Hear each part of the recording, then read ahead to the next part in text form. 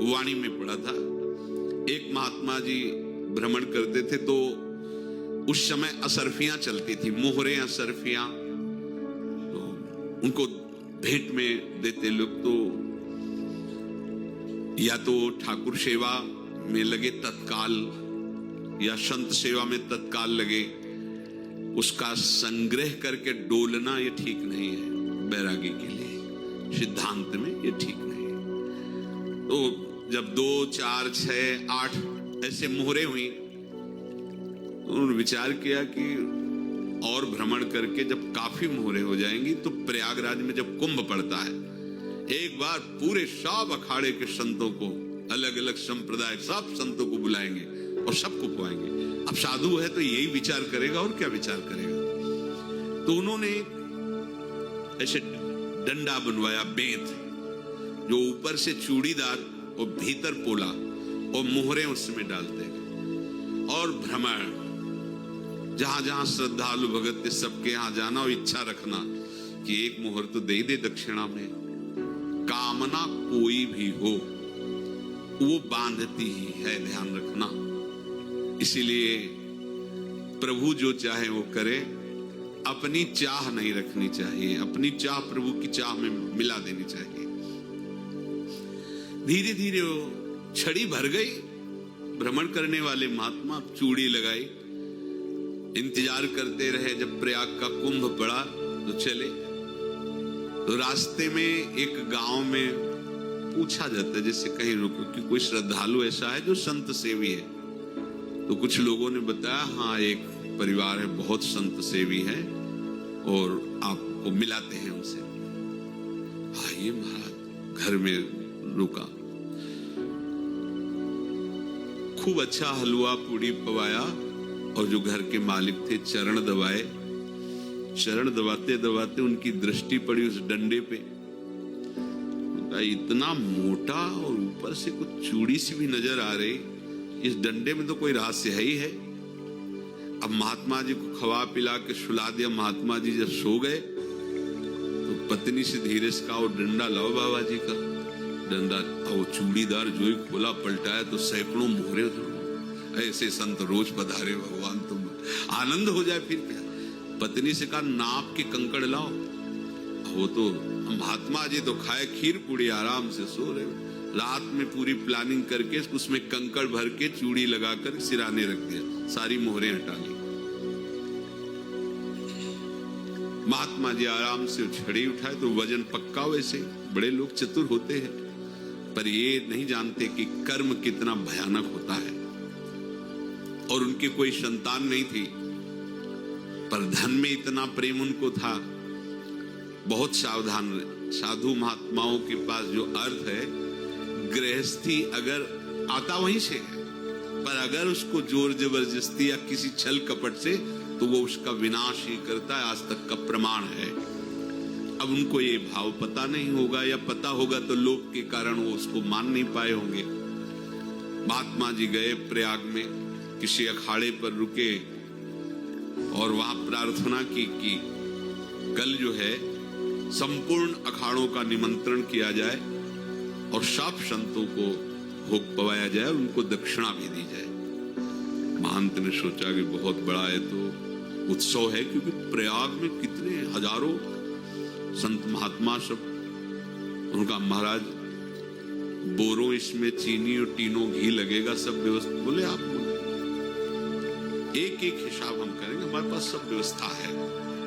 बोले कुछ तो पहले दे दो, वो इकट्ठे देंगे हम। उनको था कि अगर हम छड़ी खोला और 2-4 मोहरे दी, किसी को पता लग गया तो गड़बड़ हो सकती। बोले हम भंडारे के समय आखिरी में सब कुछ आपको दे देंगे।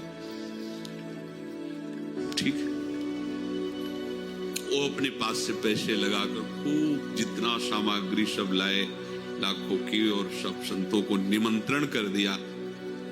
संत जन निमंत्रित हो गए, भंडारा बन रहा है। तब वहां के महंत है, उनका देखो भंडारा भी बन रहा है, संतों को निमंत्रण। अब आप अर्थ की व्यवस्था कीजिए, क्योंकि इतनी बड़ी हमारी सामर्थ्य नहीं थी जितना हमने किसी तरह हमने व्यवस्था की।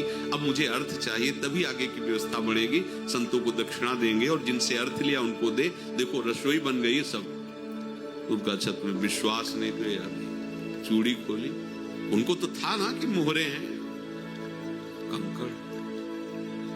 तो जिसे कितना उनको सदमा लगा होगा, हजारों संतों का निमंत्रण, रसोई बन, मतलब संत हो के छल कपट।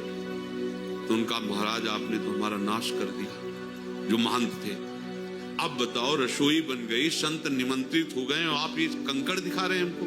आपने तो हमें बर्बाद कर दिया। हमारी इतनी सामर्थ्य नहीं थी, आप पहले बता देते। संत होकर ऐसा छल कपट। अब वो बोले तो क्या बोले, क्योंकि उनको पता था कि मोहरे हैं इसमें। अंदर से उनका चिंतन गया उसी सेठ के पास, अच्छा ऐसा धोखा हमारे साथ किया, भोगोगे।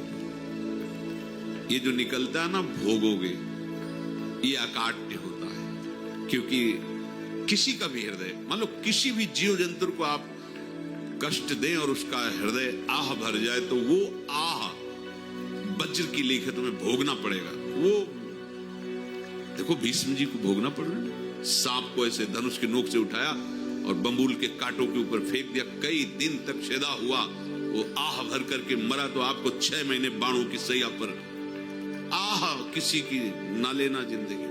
कोई ऐसा कोई आह भर करके कह दिया तुम समर्थ हो, हम तो कुछ कर नहीं सकते।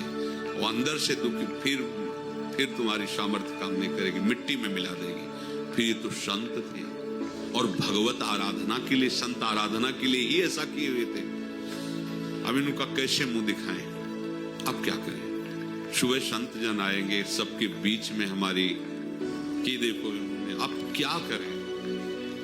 गए और संगम में जाके छलांग लगाई, अपने प्राण त्याग दिए। अब उनके तो पास मोहरे थी और व्यापार बढ़ा, और 9-10 महीने बाद ही लड़का हुआ।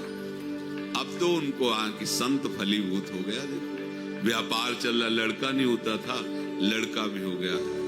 बड़ा आनंद छा रहा है। जब से वो प्रकट हुए और धन की वृद्धि शुरू हो गई, पढ़ाई लिखाई में उनके खर्चा हुआ सब, बस बीमारी शुरू हो गई उनके शरीर में। अब उसमें पैसा जाना शुरू हुआ। इतने आसक्त तो वो दोनों हो गए कि कुछ भी हो, व्यापार ठप, संपत्ति बेचना शुरू। तो उन्होंने कहा कि बेटा मैं क्या कर सकता हूं तुम्हारे लिए? बोले हमारी अंतिम इच्छा है प्रयाग चलो, और जितने प्रयाग में संत महात्मा सबको एक बार भंडारा करवाओ। हमारी इच्छा अंतिम है, क्योंकि अंतिम यही इच्छा थी। बोले अब ज्यादा संपत्ति तो नहीं रह गई। तो बोले घर बेच दो, मेरे लिए ही तो है, बेच दो। मुझे लगता मैं बचूंगा नहीं, पर मेरी अंतिम इच्छा पूर्ण कर दो।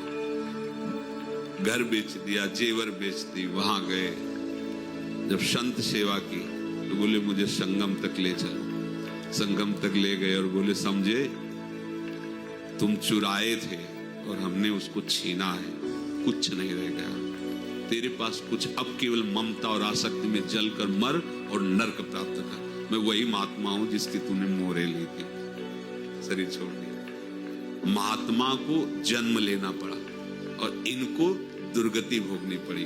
ऋणानुबंध होश में, ऐसा नहीं कि आप जो कर रहे हैं कोई देख नहीं रहा, कोई हिसाब किताब नहीं। जो कर रहे हैं अवश्य में भोक्तव्यम, बहुत सावधान।